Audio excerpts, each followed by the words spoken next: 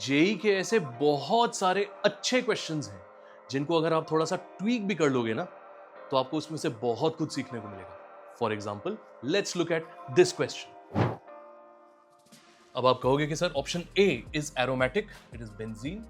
Option B furan is again aromatic. Option C pyridine is also aromatic.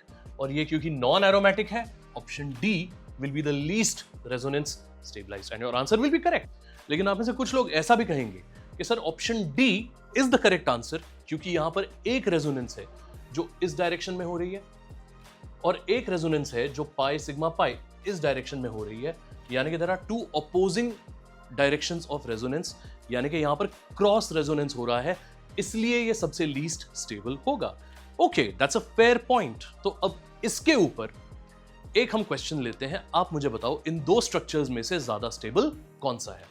यहां पर cross resonance होगा दो opposing directions में और यहां पर होगा extended resonance pi sigma pi एक ही डायरेक्शन में, and because of that this will be more stable, B will be more stable, right, because extended resonance is comparatively better than cross resonance.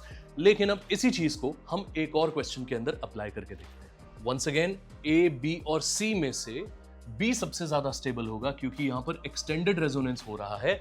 मैं कहूंगा अब ऐसा नहीं होगा।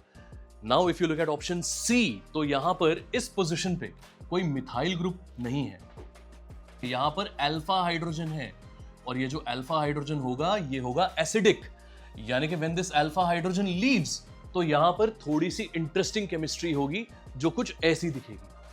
तो जब यहां से हाइड्रोजन जाएगा यहां पर आएगा एक नेगेटिव चार्ज और ये नेगेटिव चार्ज जो है ये इधर शेयर हो जाएगा, तो ये पाई बॉन्ड यहां फ्लिप हो जाएगा, तो ये पाई बॉन्ड यहां फ्लिप हो जाएगा, यानी कि यहां पर होगा एक बहुत ही बढ़िया वाला रेजोनेंस और ये रेजोनेंस की वजह से हमें यहां पर मिलेगा फिनॉक्साइड जो कि होगा एरोमेटिक इन नेचर।